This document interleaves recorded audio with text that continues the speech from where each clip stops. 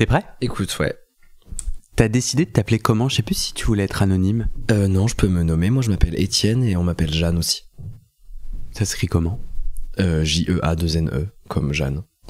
Est-ce que tu peux te présenter sans parler de sexualité pour qu'on sache? Et tu veux que je t'appelle Étienne ou Jeanne? Tu peux m'appeler Jeanne. Et tu veux que je dise quel prénom?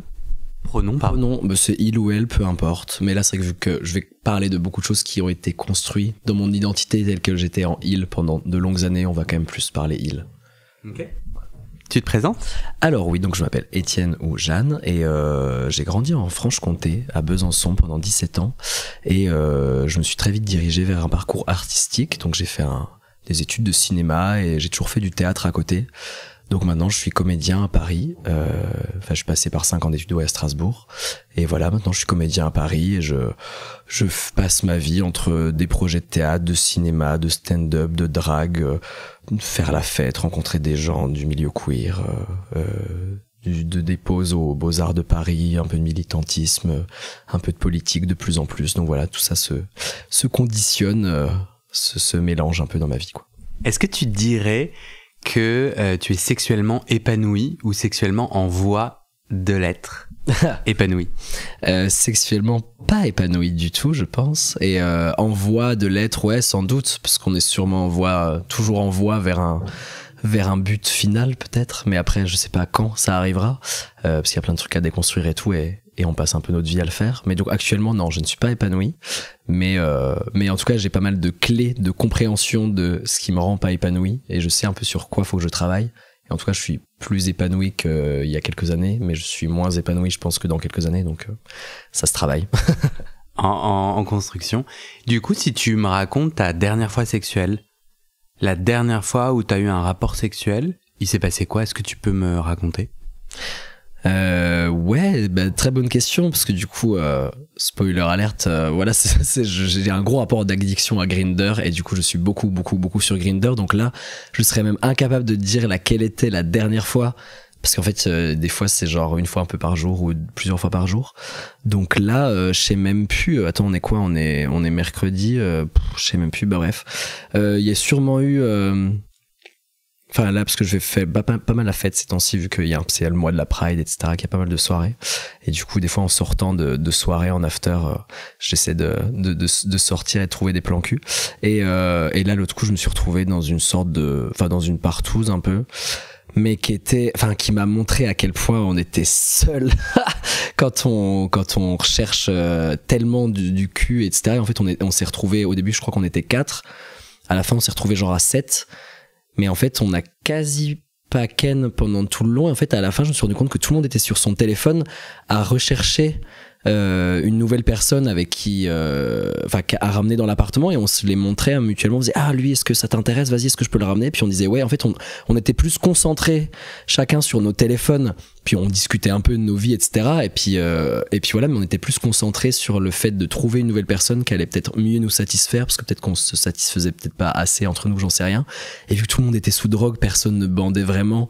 Et du coup, de temps en temps, ça faisait, ah bah vas-y, prends-moi, ou vas-y, on fait un truc, etc. Mais ça durait littéralement 1 minute, puis après la personne faisait, oh non, vas-y, je fatigue. Il était genre 8h du mat, donc tout le monde était genre bien en descente, etc.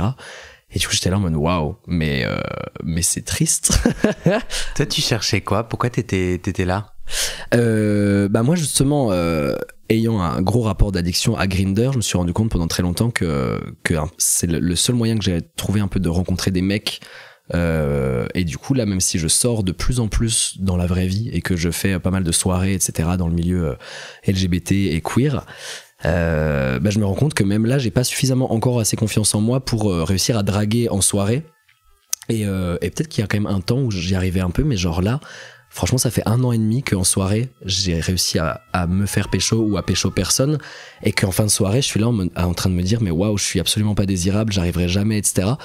Et du coup, sur la fin, quand je réussis à me relationner avec personne, finalement, je me retrouve des fois au sein même de la boîte de nuit à allumer Grindr, puis à me dire, je vais quand même pas rentrer là à 6h du matin avec une excitation, parce que forcément, t'as dansé toute la nuit, t'as pris un peu t'es soit bourré, soit un peu défoncé ou quoi, et du coup, t'as envie de consommer sexuellement. Et du coup, là, je me suis retrouvé là comme ça, je suis sorti d'une soirée, je suis rentré à vélo chez moi, et là, je suis tombé sur un couple avec qui j'avais déjà parlé quelques temps auparavant sur Grindr et ils étaient connectés. J'ai dit, ah bah, vous faites quoi? Puis ils étaient clairement avec d'autres mecs et tout. Puis j'ai dit, bah tiens, c'est le moment, je passe. Et du coup, j'en attendais. En fait, je sais pas si maintenant j'attends grand chose de ce genre de truc parce que du coup, je sais souvent que les plans Grindr vont être déceptifs dans le sens où. Bah voilà, enfin voilà, ça m'a encore montré une nouvelle expérience. Je me dis genre ouais, peut-être qu'une partout ça va être cool parce que justement on va pas savoir où donner de la tête ou qu'il va y avoir plein de trucs à faire et que finalement bah, je me suis rendu compte que le maître mot de toutes ces relations qu'on a sur Grindr, c'est qu'on est juste des personnes profondément seules qui n'arrivent pas forcément à communiquer notre solitude et qui n'arrivent pas forcément à communiquer exactement ce qu'on veut. Et que du coup là dans cette partouze, moi ce que j'aurais peut-être bien voulu, j'en attendais pas forcément du romantisme ou du câlin parce que clairement quand t'es en partouze t'es pas venu là pour ça, mais justement j'aurais peut-être attendu vraiment une sorte de truc un peu orgiaque, genre on est tous les uns sur les autres à faire vraiment un truc qui marque l'esprit. Et là finalement chacun était sur un coin du canapé, il y en a j'ai même pas genre je leur ai même pas forcément trop parlé ou même trop discuté avec, etc., ou même touché, caressé, etc., parce que tout le monde était un peu dans son petit monde. Donc du coup j'attendais quand même peut-être plus de connexion charnelle à 7h du matin que ce genre de truc où au bout d'un moment à 9h je me suis dit mais en fait juste rentre chez toi, tu vois, ça sert à rien, ça faisait une demi-heure que personne n'avait touché personne et qu'on était sur nos téléphones. J'étais là en mode mais à quoi bon quoi. Et du coup si on prend la couverture du podcast, bien sûr c'est à ce moment-là que mon téléphone disparaît, il est là. Tu peux si tu regardes les emojis, oui. Est-ce que tu peux me dire ce qui correspond à ce que tu cherches et à ce que tu pratiques en ce moment, le moment, tu vois, quand tu vas dans une partouze ou quand t'as des rapports sexuels sur Grindr, qu'est-ce qui te fait kiffer? Qu'est-ce que tu fais toi? Après justement, enfin oui là c'est qu'il y a beaucoup d'émojis qu'on retrouve complètement sur Grindr tout le temps. Disons que moi, enfin là c'est vrai que je viens de parler de dernière expérience partouze alors que clairement j'en fais très très peu et voilà, donc c'est pas vraiment le cœur de ma vie et de mon sujet, mais c'est clair que je vois beaucoup de gens en plan cul et c'est beaucoup plus individuel. Et notamment justement parce que j'hésitais entre raconter la partouze et raconter le coup où justement quelqu'un est venu chez moi et en fait il voulait vraiment genre des câlins.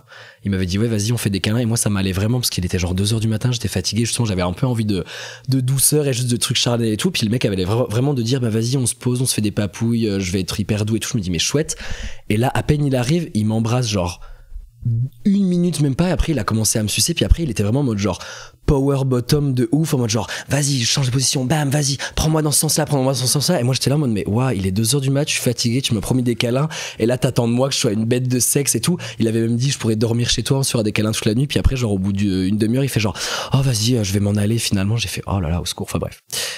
Donc non, tout ça pour dire que oui, je faisais pas forcément que des partouzes, je fais aussi beaucoup de rapports avec les gens seuls. Mais là sur les emojis en fait moi je suis tiraillé un peu entre deux trucs, mais alors c'est clair que là tous les emojis qu'il y a c'est quand même vachement plus des trucs genre vraiment cul quoi, parce que bah non regarde t'as le petit couple, tu peux en fait ces oui, emojis c'est vrai, il y a le petit couple ouais. En fait ces emojis on s'en fout, elles peuvent raconter ce que tu veux. Oui, non, de ouf. La flamme ça peut être la flamme de l'amour ou ça peut être la flamme du cul. Oui pas faux, mais j'avoue que sur Grindr quand quelqu'un te met une flamme généralement c'est pas qu'il est chaud de l'amour tu vois. Mais pareil tu as le moins 18, le top, bottom, versa, l'abricot pour le cul, l'aubergine pour la verge, la flamme pour on est chaud, les gouttes pour le sperme. Bon alors certes le couple that's cute. Le rainbow, il y a quand même le côté LGBT queer parce que tout le monde n'est pas vraiment queer sur Grindr.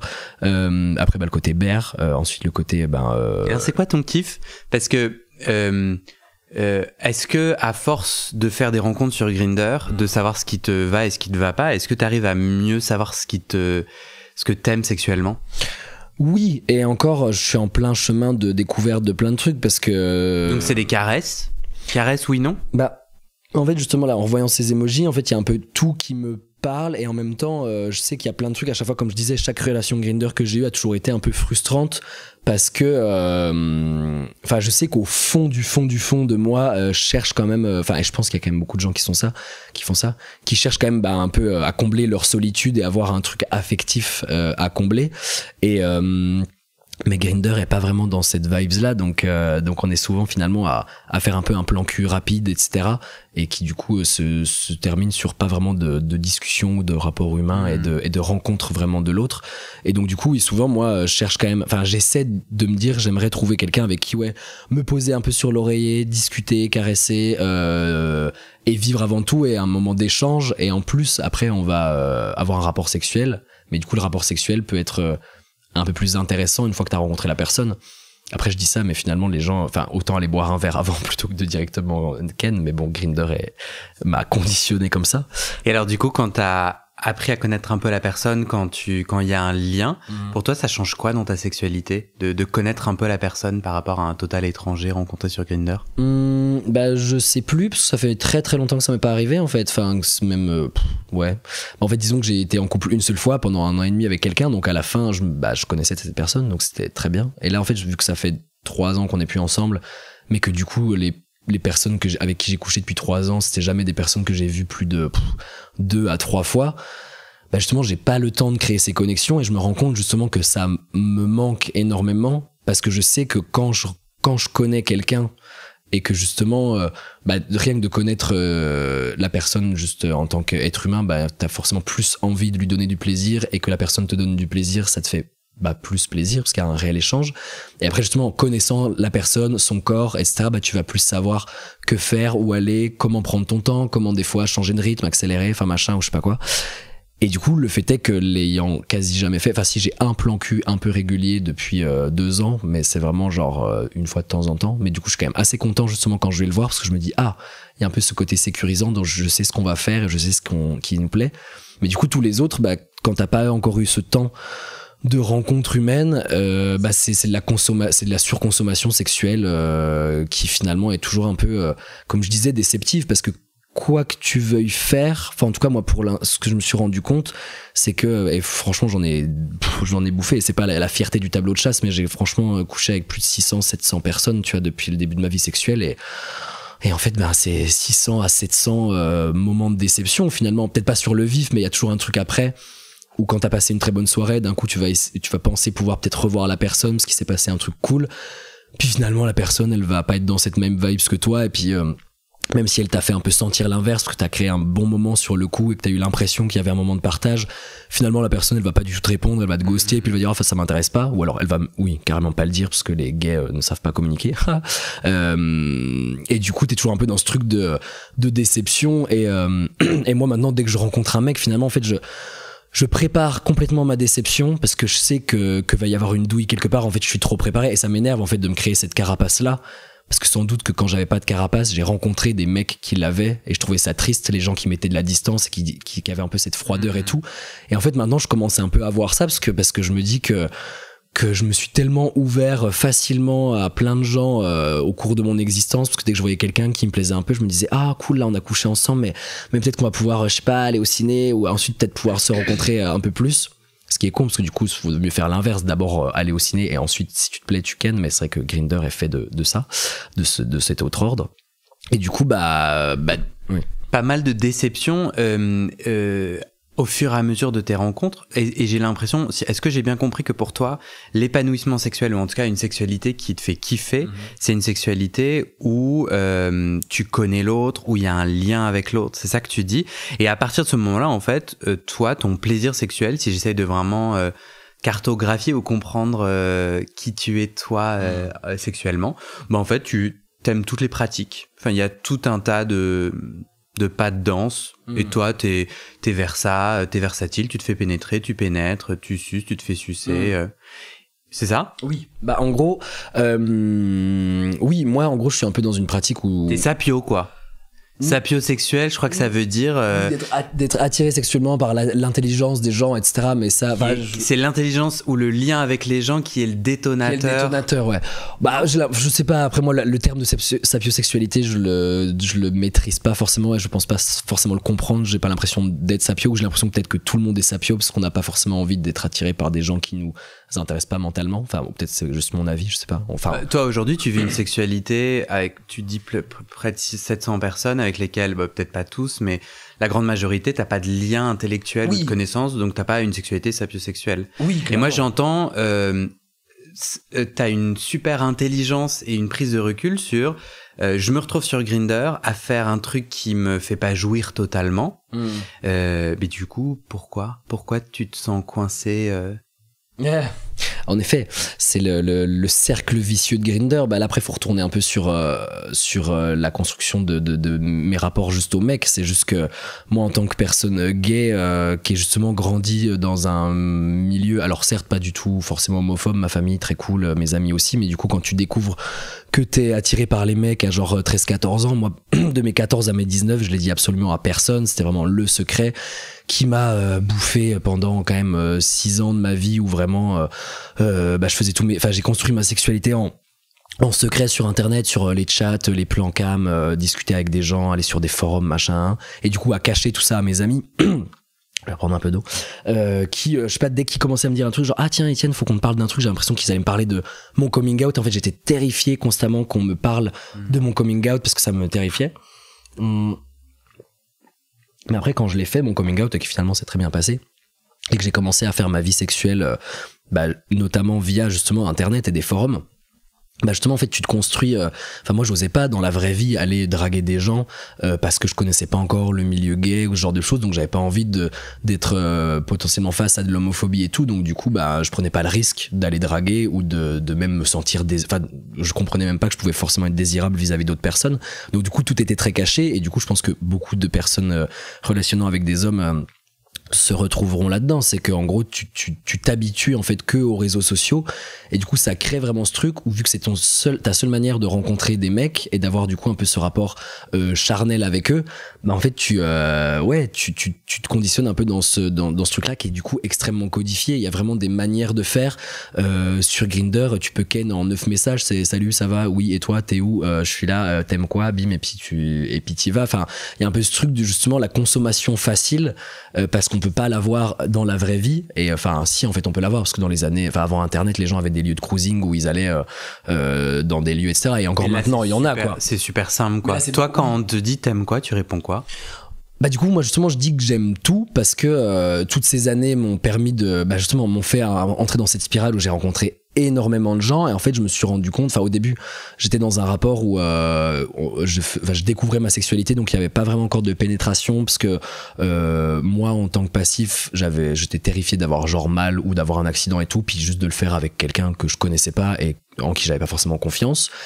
Puis même en tant qu'actif au début de ma vie sexuelle, je pense que j'avais pas suffisamment non plus confiance en moi pour sodomiser quelqu'un, etc. Donc au début c'était beaucoup de soft et tout, mais après quand ça a commencé à venir, j'ai beaucoup été actif pendant très longtemps avec des gens, parce que justement c'était un peu le côté sécurisant, justement j'avais un peu la peur de me faire pénétrer, parce que c'est plus le côté c'est pas du tout le côté je pense homophobie internalisée etc que j'ai eu quand même fut un temps, parce qu'au début je disais je suis pédé mais je suis pas genre une folle etc, parce que j'avais justement tout ce discours intégré en moi, genre des pédés féminés qui desservent la cause. Maintenant je l'ai plus du tout, et genre je m'éduquerais un peu si je me retrouvais quand j'étais jeune, tu vois, mais du coup c'était pas l'homophobie internalisée, ce truc de sodomie, c'était plus ce truc de genre j'ai grave peur d'avoir mal, et justement les fois en plus où j'avais testé j'avais fait waouh mais non, sors d'ici tout de suite, genre c'est impossible quoi.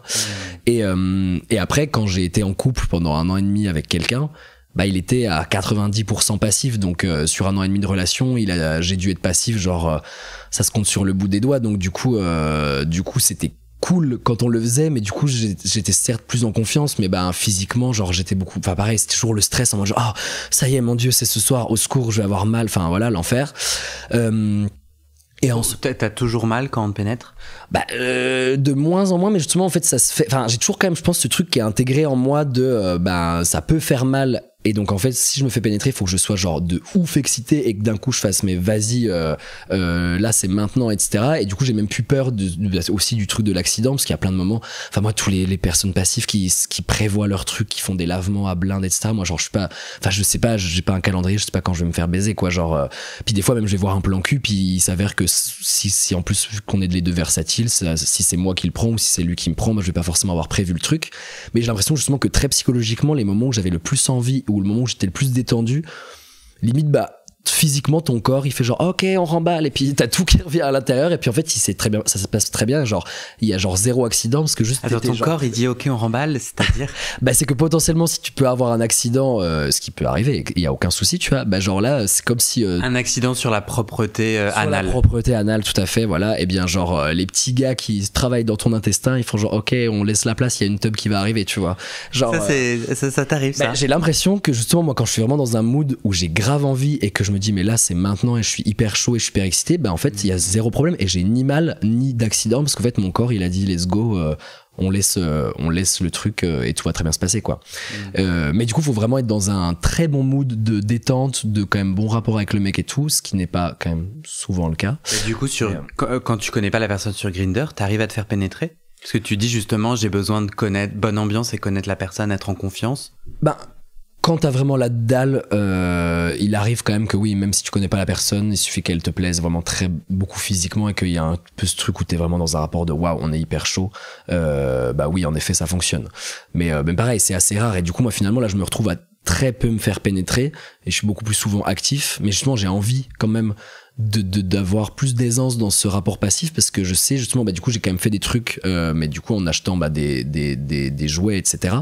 À l'époque, genre quand j'avais pas de jouets et tout, je prenais des carottes où je mettais des préservatifs dessus et tout, mais au secours, enfin bref. Et après justement j'ai acheté un coup. Bah pourquoi au secours? Super idée. Parce qu'il y en a qui sont un peu genre, enfin c'est pas aussi smooth qu'un god. T'as une carotte, ça reste quand même un truc un peu rugueux et tout. Enfin après bon, en tout cas pour des premiers rapports de pénétration, c'est pas les trucs les plus doux qui peuvent rentrer en toi, tu vois. Mais après, et pareil sur le concombre qui est beaucoup plus ambitieux, à moins d'avoir je crois qu'il y a des petits concombres maintenant. Ah, maybe, ouais, je sais pas, ouais. Mais en tout cas, la courgette. Bon, enfin bon. Mais la courgette, elle est un peu, elle a une peau un peu piquante, non, la courgette. C'est pour ça que je mettais quand même des préservatifs sur mes carottes, ça c'est sûr. Bonne idée. Mais après, du coup, j'ai fait une commande où j'avais acheté des jouets, etc. Mais alors, j'ai fait l'erreur de prendre un god, mais qui était immense. Et qu'en fait, j'ai dû mettre 3 fois dans mon cul. Et après, en fait, il a plus passé son temps à être jeté dans la piscine, dans les vacances avec mes potes, et à se faire appeler Dominique que à être utilisé pour mon plaisir. Ou alors, justement, vraiment des moments où très rarement, genre d'un coup, j'étais ultra excité, je réussissais à genre me faire plaisir avec et je me disais waouh mais comment j'ai réussi à rentrer ça, c'était un truc genre hyper large, hyper gros et tout. Et après j'ai acheté un stimulateur prostatique beaucoup plus petit qui vient juste vraiment toucher la prostate et j'ai commencé à me dire ah tiens là c'est intéressant. Et parce là, que la prostate elle est à quelques centimètres de notre anus en fait. Oui c'est ça, c'est qu'en pas fait, besoin d'aller très profond. C'est ça, moi au début voilà le premier god que j'avais acheté un truc immense en mode genre vas-y il faut aller dans mon cul, alors qu'en fait genre, t'es là déjà t'es pas habitué tu vois, donc va pas mettre genre 20 cm, enfin c'est horrible tu vois. Et après et là récemment j'ai acheté un stimulateur qui est électronique donc du coup il vibre et c'est cool parce que là du coup tu peux vraiment te poser, mettre ton truc, t'as plusieurs modes et là en fait tu découvres, en fait t'as juste le temps aussi parce qu'en fait ce que tu te rends compte c'est que quand t'es avec des mecs et ben en fait t'as aussi un peu ce rapport de performance, enfin surtout les mecs de Grindr parce qu'encore quand tu rencontres un mec et que tu prends un peu plus ton temps d'aller coucher avec et tout, là tu peux passer peut-être des journées entières à baiser ou quoi, mais quand t'es sur un truc de Grindr genre plan na où on est chaud machin, la personne ce qu'elle veut c'est juste te prendre et puis rentrer chez elle, donc et moi c'est ce qui m'est arrivé je crois récemment. Emballer c'est peser. C'est ça, emballer c'est peser. Et moi l'autre coup justement il y a un mec qui est venu, il était actif et bon c'est vrai qu'il avait du coup un très gros sexe et j'étais là en mode genre j'ai grave envie de me faire prendre mais du coup j'ai eu mal parce que ça faisait très longtemps que je m'étais pas fait prendre, puis du coup j'ai dit ah doucement machin, puis on y allait un peu doucement mais clairement le mec tu sentais qu'il était un peu là en mode on a pas le time tu vois, parce qu'on est justement dans un truc tellement de consommation. Et voilà, c'est de la surconsommation, on est là, on bouffe, enfin voilà, Grindr c'est le grand supermarché de on consomme et puis on jette, tu vois aussi. Ouais, tu disais une à plusieurs personnes par jour, encore aujourd'hui? Ça m'arrive en fait, justement, vu que je suis en fait j'ai un rapport d'addiction un peu constant qui est très donc il y a des moments où je réussis à travailler dessus en mode genre là je supprime Grindr, donc des fois pendant un mois je réussis du coup à faire une pause et du coup à penser à d'autres choses parce que j'ai une vie artistique, personnelle, etc. Sauf que il arrive quand même souvent que Grindr me la bouffe intégralement quand je suis dans des spirales où vraiment genre j'ai un besoin d'attention immense et que je tombe dessus. Et quand tu rencontres des mecs, ou des personnes, est-ce que tu jouis quand même, et jouis avec un grand J, tu vois, est-ce que ces rencontres-là, il y a du kiff dans ces rencontres? Justement, bonne question. Je pense que et ça rejoint la question que tu disais. Où elle te déconnecte en fait, genre ça bloque ton cerveau, du coup t'arrêtes de te sentir seul ou triste ou autre, et t'es dans un rapport sexuel où t'es un peu déconnecté, mais ça passe le temps, c'est quoi, raconte. Alors, comme je disais, je pense que ça rejoint la question que tu disais tout à l'heure sur mais voilà, je l'ai reperdu. Ah fuck it. Bah oui, il y a trop de trucs dans ma tête. T'inquiète, tu vas le retrouver. En gros, ah oui, non, c'est ça, c'est que tout à l'heure tu posais une question sur est-ce que oui, bah là ça rejoint aussi le truc de est-ce que tu jouis maintenant, est-ce que t'es épanoui sexuellement et tout. Bah en fait, justement là ces temps-ci, quand je rencontre des mecs où justement c'est sexualité un peu classique, mais où du coup je connais pas bien la personne, bah en fait et c'est toujours de la déception et je m'ennuie. Et du coup maintenant je commence à polariser sur deux trucs extrêmes. C'est soit je veux des trucs qui sont plus hard parce que j'ai l'impression que dans des pratiques extrêmes je vais peut-être commencer à plus pouvoir kiffer, donc plus dans un rapport genre soumission, domination, crachat, insulte, soumission aux pieds. Après j'ai pas encore fait de trucs genre urophilie, tout ça, mais on m'a déjà proposé. En vrai à un moment je me suis dit mais genre why not, parce que j'ai peut-être envie justement de après toutes les expériences que j'ai pu vivre dans ma vie et que je commence à m'ennuyer et que je suis quand même addict à ce truc là, donc j'ai envie d'aller ken, puis à chaque fois je me dis encore une fois j'ai perdu tout ce temps là juste pour ça. Je me dis quitte à faire, autant peut-être aller dans des trucs qui sont très extrêmes et originaux pour justement me rendre compte qu'il peut y avoir d'autres types de sexualité, que c'est peut-être vers ça que ça va me plaire. Et du coup c'est pour ça que j'ai tenté les partouzes, mais finalement bon faudrait peut-être que j'en fasse où il y a vraiment plus ce rapport orgiaque pour que je me rende compte que ça me plaise, et que j'ai peut-être envie de tenter des trucs plus domination, soumission, et ça je le fais un petit peu et je sens que c'est quand même que j'aime bien et que j'ai envie peut-être d'expérimenter un peu plus là-dedans, parce qu'au moins je m'ennuie moins que dans la sexualité dite classique. Et justement l'autre côté de la polarisation, c'est du coup une sexualité beaucoup plus romantique, mais que du coup évidemment je peux pas faire avec juste des plans cul, ou alors c'est très rarement quelqu'un qui d'un coup va être dans une douceur extrême et qui veut dire je veux juste un plan câlin.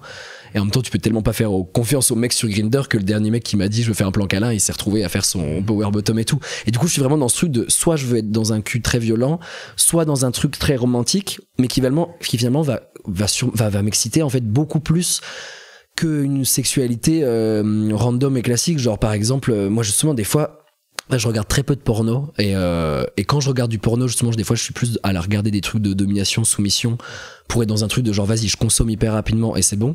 Mais des fois juste moi je fais beaucoup travailler mon imaginaire, c'est pour ça que je regarde pas beaucoup de porno, et du coup quand je me masturbe je pense beaucoup, mais en fait des fois limite je vais être capable de jouir très rapidement juste en m'imaginant quelqu'un qui est hyper doux avec moi, qui va juste me prendre dans ses bras et me dire genre des trucs trop mignons, ou alors des fois à m'imaginer des trucs un peu de couple, et juste des trucs très romantiques. Et donc par exemple c'est ça, en regardant très peu de porno, genre par exemple je suis capable d'avoir des érections devant des comédies romantiques, et qui sont pas tant genre avoir une érection devant genre ce que je vois, genre par exemple Heartstopper, je sais pas si t'as vu la série Netflix, genre c'est des ados en fait, et en fait l'histoire est tellement belle, en fait c'est tellement ce que j'aurais voulu vivre dans mon adolescence, et qu'en fait j'ai une nostalgie immense d'un truc que j'ai jamais pu vivre moi, qu'en fait dès qu'ils se font un petit gratouille sur la main, qu'il y a des petits cœurs qui apparaissent et tout, moi genre mon cœur il est en train d'exploser à l'intérieur de moi, et en fait genre j'ai une érection, mais c'est pas genre je suis pas en érection devant genre deux lycéens qui commencent à se toucher le doigt, je suis en érection sur le principe même de waouh mon dieu, mais en fait c'est vers ça que j'ai envie de tendre, parce qu'en fait moi oui ce vers quoi je pense que j'ai envie de tendre, c'est d'un rapport avec quelqu'un, ou peut-être de la polyamorie, j'en sais rien, mais en tout cas je sais que j'ai envie au moins d'avoir quelqu'un dans ma vie de manière quand même un peu régulière et tout, avec qui créer un lien de confiance, et que derrière ce lien de confiance il puisse y avoir du cul de manière domination, soumission, etc., mais que du coup on puisse se faire tellement confiance l'un et l'autre que notre sexualité soit justement hyper libre de faire un coup quelque chose de juste un peu soft, classique, etc., des papouilles, des câlins, que d'un coup on peut être dans un truc beaucoup plus jeu de rôle, etc. Ce qu'on avait commencé un peu à faire avec mon ex, et en fait du coup c'est ça, c'est que des fois là je suis un peu kéblo sur la sexualité que je pouvais avoir avec mon ex, parce que c'est la dernière fois où j'avais une sexualité sur du long terme, où du coup on pouvait ne pas être dans ce rapport performatif de tiens on pourra essayer la prochaine fois de faire tel ou tel truc. Mais du coup je me demande si t'as envie d'ouvrir Grindr plusieurs fois par jour, et tu le fais pas, à ton avis tu vas découvrir quoi? Qu'est-ce que se connecter Grindr qu'est-ce que Grindr remplit? Eh bien une solitude profonde, et en fait c'est ça qui est triste, c'est que je me rends compte que limite des fois je suis tellement longtemps sur Grindr que je suis plus attiré par le fait de parler avec des mecs et à teaser l'excitation, que finalement à rencontrer la personne. Des fois tu sais, t'es dans ton lit à 2h du mat, tu fais vas-y tu te chauffes, etc. Puis la personne elle dit ah vas-y je peux venir, je suis là dans 20 minutes, puis en fait dans ta tête tu dis ah 20 minutes c'est long 20 minutes, et du coup t'es capable de dire à la personne ah non je vais aller me coucher, puis finalement 45 minutes après t'es encore sur Grindr à parler avec quelqu'un d'autre. Et en fait donc je pense qu'il y a un peu vraiment ce rapport de solitude totale, et tu passes du temps, et moi franchement ça fait genre 10 ans que j'utilisais les applis, et en fait je compile, mais j'ai perdu des longues journées, des longs mois, que je pense vraiment à passer des journées entières au lit, à rester sur Grindr et à faire merde, putain mais j'ai commencé à 10h, il est 19h et j'ai rien fait, et justement t'es un peu dans ce truc là de ouais t'as envie de te sentir un peu désirable, parce que vu que t'arrives pas à te sentir désirable dans la vraie vie, bah là le fait que t'es sur Grindr c'est beaucoup le marché, t'envoies des photos, c'est genre comme je disais, c'est très codifié, c'est genre maintenant les gens ils disent même pas bonjour, ils t'envoient une photo de leur bite quoi, genre bon ça m'énerve quand les gens le font, mais très rapidement, même si tu dis la politesse du bonjour, vu que tu sais que les gens majoritairement ils sont venus là pour Ken, tu dis genre bah vas-y, t'as des photos de toi, et après tu dis t'as des photos un peu plus hautes, comme ça tu fais un peu ton marché de genre est-ce que tu me plais, est-ce que tu me plais pas, alors que c'est con parce que tu devrais pas juste juger sur un corps et sur sa performativité, tu vois, enfin. Donc du coup est-ce que tu es d'accord que ce que j'entends, c'est qu'une des clés de ton épanouissement sexuel, c'est ta capacité à être seul et à t'aimer toi? Ça fait vachement...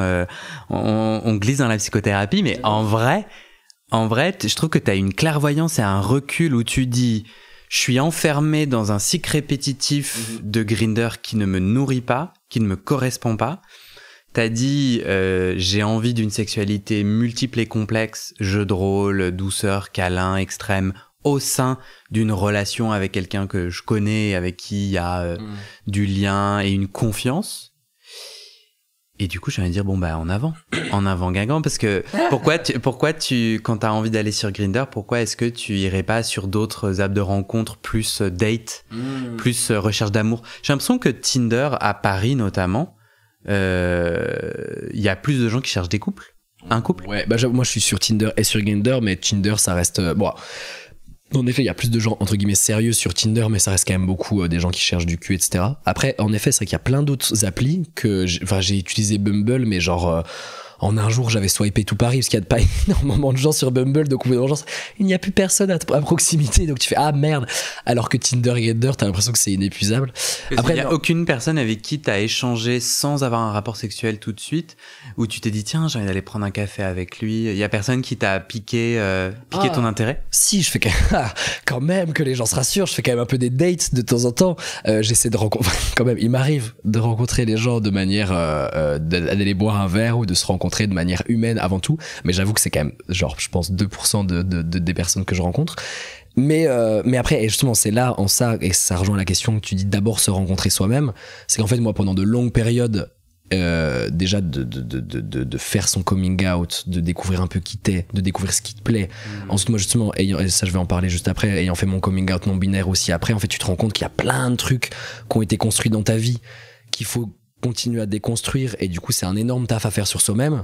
Donc quand t'as passé 26 ans à te détester, à te regarder dans le miroir en disant mais je plairai à personne, puis de toute façon, enfin tu sais, à détester la manière dont tu relationnes, dont tu t'enfermes sur plein de trucs et tout, en fait tant que tu t'aimes pas toi-même, évidemment tu vas réussir à rien construire avec personne.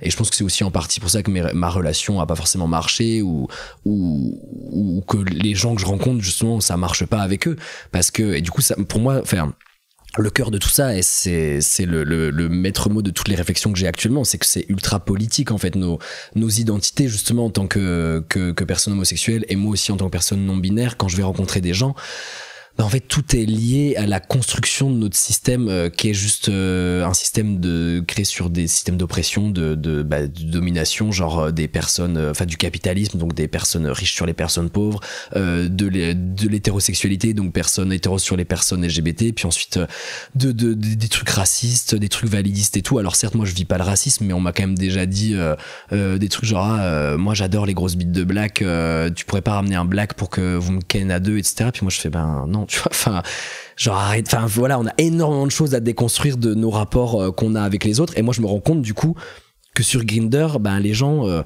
sont pas forcément politisés. Enfin quand je dis politisé, je parle pas de faire de la politique, genre aller militer pour un parti ou quoi, mais en fait quand on se rend compte finalement que tout est politique dans notre existence, justement la manière dont on consomme le sexe, dont on relationne avec les gens, dont on fait nos pratiques personnelles de vie, nos hobbies, etc., tout est lié au domaine du politique, dès qu'on se rend compte de ça, on se rend compte qu'il faut se comprendre un peu plus soi-même déjà pour savoir où on se positionne par rapport aux politiques et ensuite où on veut se positionner par rapport aux personnes qui sont finalement dans la même sphère. Et en fait, je pense que tant qu'en effet t'as pas visualisé toi où t'étais, en fait t'es juste perdu et tu peux pas vraiment savoir ce que tu vas faire avec les autres. Donc moi je sais que je suis un peu dans un rapport de rencontre avec moi-même. Ça je m'en suis rendu compte il y a, je pense 2 ans et tout. Et en fait là, ce que j'ai récemment dit à mes amis, et c'est peut-être défaitiste, mais en fait là je vais avoir 28 là cet été, et en fait moi j'ai dit mais en fait je sais qu'avant 30 ans je serai pas heureux. Parce qu'en fait, moi, quand j'ai eu 25 ans, parce que je suis très date, moi, je suis très genre, clac, un peu, très symbolique, tu vois, je me suis dit, ok, j'ai 25 ans, j'ai fait mon premier quinquennat de la vingtaine, donc j'ai fait mes 20 à 25 ans, où justement, j'ai fait mon coming out, j'ai été caché pendant longtemps, c'était hyper relou, donc j'ai un peu eu cette sexualité d'un coup flamboyante de genre, je ken à tout va, puis mes amis hétéros, je parlais que de cul avec eux, parce que c'était un peu la libération, je peux enfin parler de cul, donc regardez, je suis hyper drôle et je vais raconter tous mes plans cul. Et en fait, maintenant, je me suis dit, de mes 25 à mes 30 ans, c'est la période où je vais essayer justement de m'écouter un peu plus, m'épanouir, rencontrer qui je suis. Et là je suis clairement là-dedans. En fait, j'ai rencontré le milieu queer, je fais du drag, j'ai rencontré beaucoup plus de personnes LGBT qui sont pas du coup dans un système justement très binaire de domination, où en fait je me rends compte qu'il y a 1001 identités qui sont toutes valides et qui sont pas enfermées dans genre un mec cis hétéro avec une tub qui doit être soit actif soit passif machin. En fait genre non, il y a des personnes trans non binaires, en fait genre les identités, enfin voilà, le genre c'est pas le sexe, on peut être attiré, enfin on n'est pas forcément attiré que par des sexes. Moi j'ai eu toujours l'impression d'être attiré par genre la bite, enfin genre en me disant genre je suis attiré par des mecs, je mettais ça tout de suite en relation avec le fait de je suis attiré par des bites, parce que on nous apprend pas à décorréler le fait que le genre en fait c'est pas le sexe. Et sauf qu'à un moment quand tu commences à te rendre compte de ça, justement à te rendre compte qu'en fait t'es non binaire, alors déjà tu galères à faire ton coming out. Moi j'ai mis genre une grosse année à me questionner longtemps, à faire genre des insomnies et tout, à me dire ouais mon dieu qui suis-je et tout, donc à galérer. Et c'est vraiment l'année dernière où j'ai affirmé ça en me disant ok je suis non binaire, mais après du coup je me suis dit mais attends, mais si je suis non binaire, mais est-ce que ça veut dire que je suis gay? Parce que du coup je suis ni un garçon ni une fille, donc moi je me place vraiment dans un spectre entre les deux. Mais du coup ça veut dire quoi de ma sexualité? Si je suis attiré par les mecs, est-ce que je suis attiré par les mecs cis? Est-ce que je suis attiré par le genre mec? Parce qu'en fait moi quand je vais en boîte et que je danse avec quelqu'un, je sais pas si c'est un mec cis, un mec trans, je m'en fous. En fait moi je suis attiré par le genre masculin. Mais du coup après t'es là en mode genre mais du coup on m'a tellement construit à me faire croire que j'étais juste attiré par les bites. Enfin en fait tu te rends compte justement en mais ça toutes ces questions et tout, que y a pas mal justement, tu te rends compte que c'est des trucs vachement transphobes en fait qu'on t'a appris de justement de tellement lier le genre au sexe et tout. Les gens qui disent ah bah non moi un mec avec un vagin je pourrais jamais nanana, ça me dégoûte. C'est parce qu'en fait on est construit dans ce système ultra oppressif et transphobe de genre bah non le vagin c'est niette, alors qu'en fait c'est pas ça. Faut qu'on aille plus au-delà de tout ça, mais c'est un gros rapport de déconstruction qu'on doit avoir avec soi-même quoi.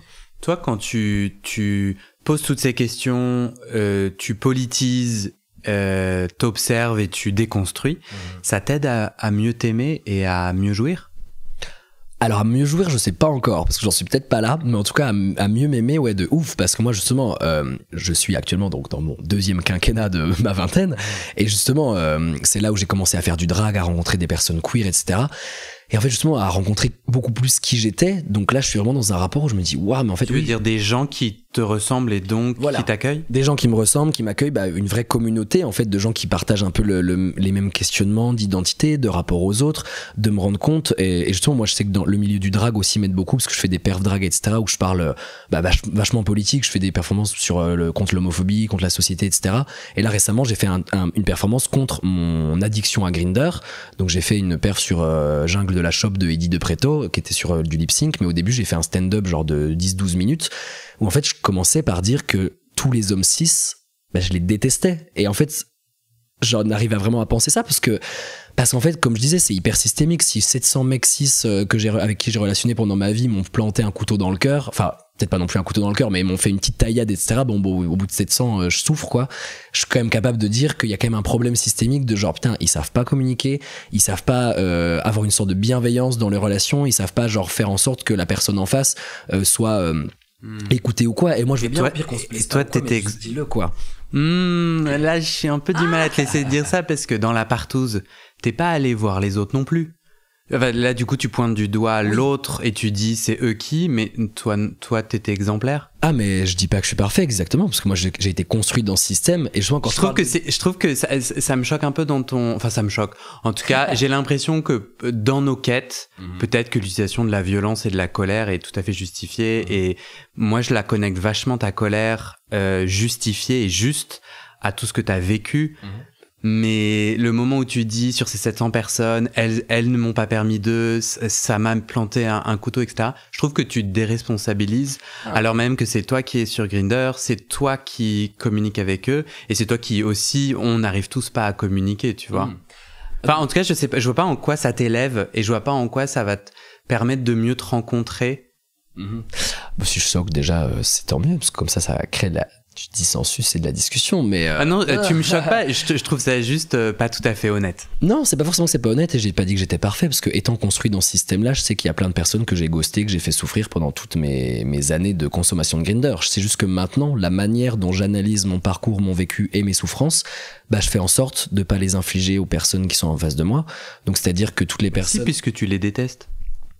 Mais détester quelqu'un ne fait pas forcément en sorte de le faire souffrir. Si quelqu'un, je le déteste dans mon coin juste parce qu'il représente un système oppressif, il est très tranquille dans ses privilèges, je pense pas qu'il en souffre beaucoup, tu vois. Ouais, mais c'est compliqué de relationner avec, ou de tomber amoureux, ou de faire un sexe joli avec quelqu'un que tu détestes. C'est bien pour ça que je pense que je vais de moins en moins relationner avec des mecs cis-gays, un peu bourgeois, qui sont très déconnectés de la politique, et ça, je m'en rends compte que quand justement je parle avec des gens qui me disent des fois des énormités, etc. sur Grindr. Enfin, moi, j'ai commencé à faire des captures d'écran un peu genre de gens qui disent, mais des fois des trucs, tu dis, mais waouh, vous vous rendez pas compte. Enfin, des gens qui disent, quand t'es queer, tu veux dire que t'es une grande folle, etc. Enfin, en fait, juste rendez-vous compte aussi des fois de la violence que ça peut juste apporter sur les personnes qui sont différentes de la norme. Et justement, les gays ont tendance à oublier que leur façon d'être libre aujourd'hui, ils les doivent quand même surtout aux personnes trans, racisées, précaires et travailleuses du sexe qui ont lancé les premières pierres à Stonewall en 69. Donc, je sais pas, je pense que les gays ont oublié un peu la vision intersectionnelle de nos luttes, etc. Et en effet, genre, certes, les colères sont parfois violentes, etc., mais je les considère légitimes. Et justement, je dis pas que je suis pas du tout responsable, parce que j'ai sûrement fait souffrir des gens dans ma vie et que j'ai sûrement reproduit des comportements oppressifs. Je dis juste que maintenant, dans l'état tel qu'est la société actuellement en 2022, vu les ressources qu'on a, les podcasts comme celui que tu fais, plein de podcasts sur le genre, la sexualité, des comptes Instagram, Aggressively Trans, etc. Plein de personnes en fait qui parlent juste des minorités, des personnes LGBT, etc. On a tous et toutes les cartes en main pour être moins oppressif et pour être dans un rapport plus sympathique avec les gens. Et quand je dis sympathique, c'est voilà, ça passe par ne pas opprimer la personne, quel que soit son genre, sa couleur de peau, sa manière de relationner avec les gens. Et aussi juste de manière humaine, moi ce que je disais dans mon stand-up, c'est que en fait ghoster, en fait c'est tellement facile justement en 2022 de ghoster quelqu'un parce que t'es sur ton portable en fait. Quand t'es avec quelqu'un dans une relation directe à discuter, si t'as pas envie de parler avec la personne, tu peux lui dire écoute, ça ne m'intéresse pas, ciao. Mais moi justement le nombre de personnes avec qui genre tu passes une nuit avec la personne, tu parles toute la nuit, tu couches avec, t'as l'impression qu'il se passe quand même un truc qui est un peu fort, etc. Le mec, je dors chez lui, le lendemain matin il me dit ah vas-y je pars au travail mais claque la porte, tu peux rester chez moi. On se connaissait depuis 12 heures, je me dis ouais mec attends, je vais pas abuser non plus, mais du coup je suis resté genre 10 minutes chez lui en plus de lui, le temps que j'émerge et que je sors de chez lui. Je me dis c'est sympa, et après le mec il m'a plus jamais répondu. Et je me dis, mais elle est où la violence dans ça? Juste dis-moi, au pire, si pour X raison, en fait, t'as pas passé une si bonne nuit que ça, parce que moi, ça se trouve, j'étais pas du tout dans la même vibe que toi, j'ai l'impression qu'on a créé une connexion, et si c'était pas réciproque, en fait, je lui dis le moi, parce qu'en plus, en claquant la porte, il me dit, on se tient au courant, bientôt. Donc moi, il me met toutes les cartes en main pour penser qu'on va se revoir.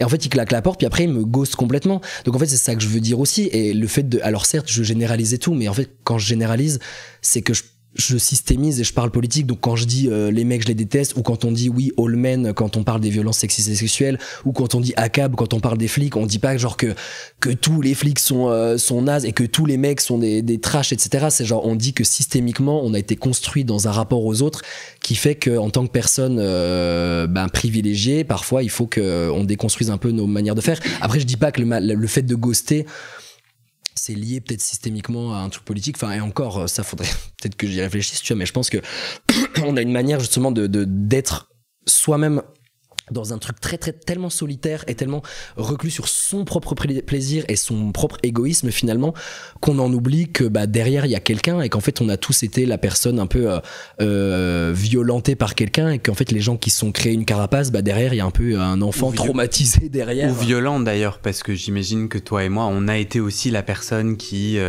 ghost ou qui, tu vois, et du coup ça se répète avec cette surconsommation de ce que tu disais au début, tu vois, il y a toujours quelqu'un d'autre à 2 mètres qui attend. C'est ça. Du coup, si tu quand t'as investi le milieu queer avec du coup des gens avec qui tu te sens bien accueilli, qui ont pas cette violence que tu vois chez certaines personnes cisgenres gays, est-ce que tu vois des éléments qui t'empêchent de créer des liens ou de tomber amoureux ou en tout cas de créer le lien de confiance que tu appelais de tes vœux pour avoir un sexe stylé? Est-ce que tu vois des obstacles qui te restent à franchir? Ouais, de ouf. Et c'est pour ça, je pense que, en fait, j'ai aussi appris, grâce au milieu queer et aussi juste à mon psy et ma vie qui avance, à prendre le temps, parce que j'ai toujours été un énorme stressé du temps, en mode genre, ah mon Dieu, le temps passe, j'ai pas fait ci, j'ai pas fait ça et tout. J'allais dire que notre interview va bientôt se terminer. Mon Dieu, c'est terrible, j'ai encore tellement de choses à dire. Mais du coup, non, je vais essayer d'aller vite. Et justement, de me dire qu'en fait, j'ai le temps de m'aimer moi-même, parce que j'ai passé tellement de temps à me détester, c'est pas en un claquement de doigts que je vais commencer à m'aimer moi-même. Donc je sais en fait que d'abord faut que je m'aime moi-même, que justement ça va passer par continuer mes relations avec les personnes queer que je connais, etc.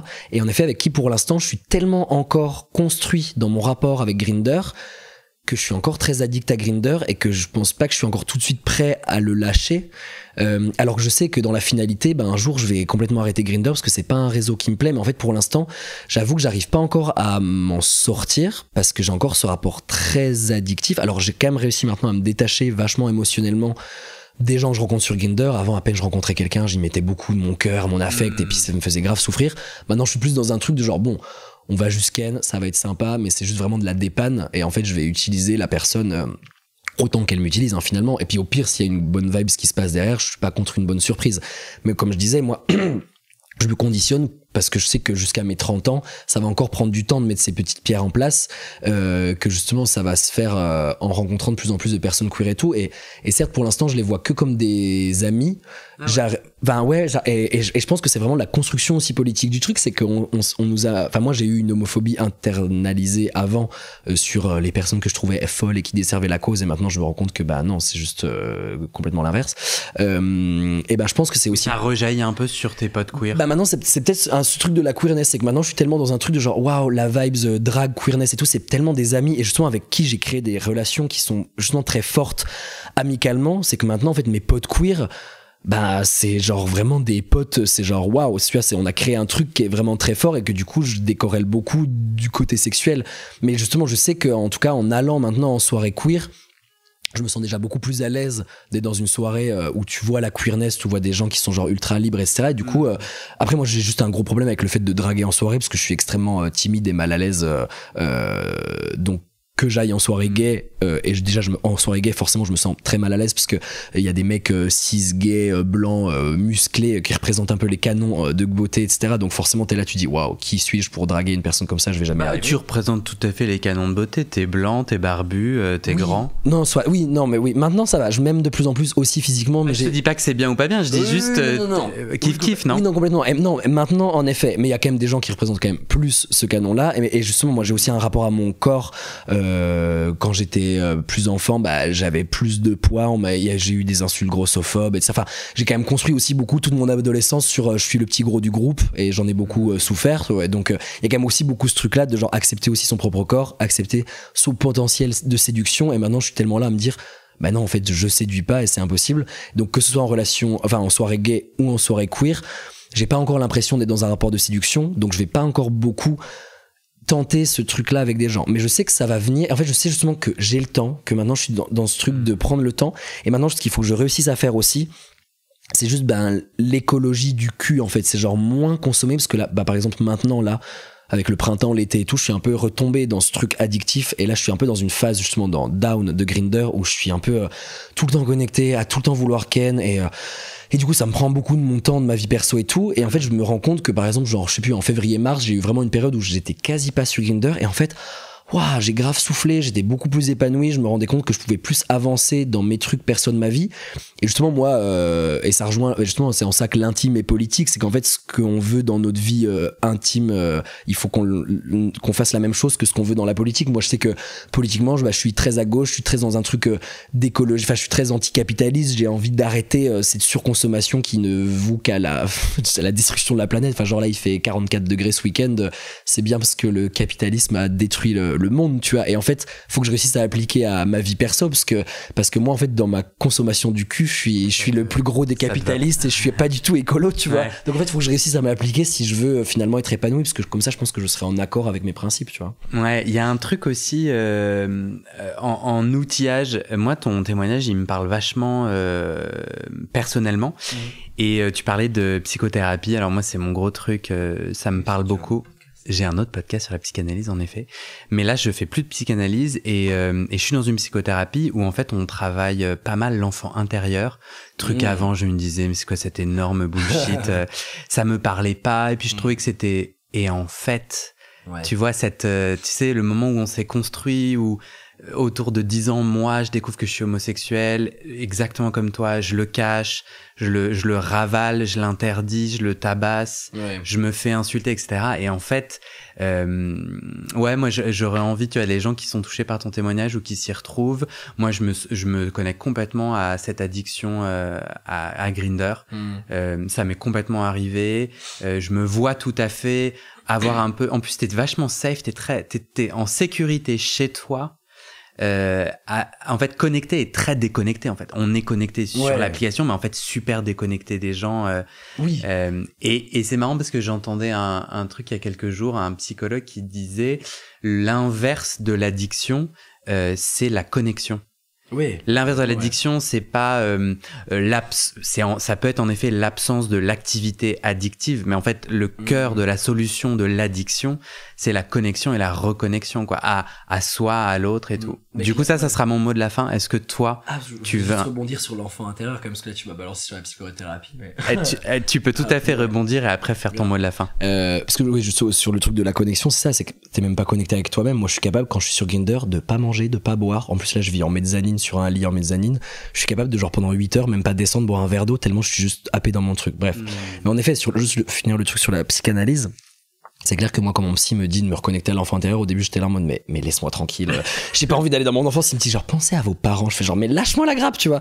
Et en fait, non, j'avoue, enfin, je pense que j'ai encore un travail à faire dessus, parce qu'il y a encore plein de moments quand il me parle de mes parents, je dis, mais en fait, laisse-les tranquille, tu vois.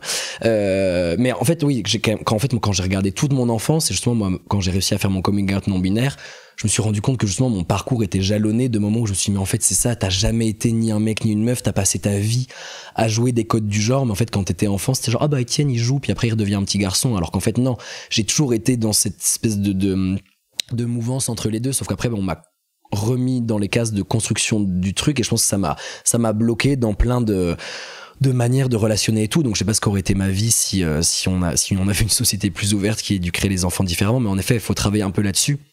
Et sur quels étaient mes désirs d'enfant. Moi, je sais que étant enfant, j'étais hyper, justement, libre, j'étais qui je voulais être et qui j'étais finalement vraiment, et il faut que je retrouve un peu ça. Mais c'est dur de redevenir un enfant quand on est dans une société qui est, qui prône des trucs très, entre guillemets, adultes et du coup, sérieux, où on n'a plus la place de l'insouciance, quoi. Moi, je trouve que c'est possible. Ton mot de la fin? Justement, que c'est possible, qu'on a le temps, et justement, je sais que j'ai le temps, et au pire, si c'est pas à 30 ans, ce sera plus tard, tu vois, et que justement, faut s'entourer surtout des bonnes personnes, de nos adelphes, qui vivent des belles choses et des choses plus dures comme nous, mais avec qui on peut discuter, faire confiance, et en fait, les choses se passeront bien, et il faut qu'elles se passent bien, parce que le monde est tellement violent autour de nous et tellement en train de souffrir avec toutes les oppressions là. Si on n'est pas un peu un minimum en train de se serrer les coudes entre nous, on va pas s'en sortir, quoi. Donc faut garder espoir. Merci. Mais avec grand plaisir. Salut. Je t'ai coupé la parole à la fin. Non, pas du tout, t'inquiète.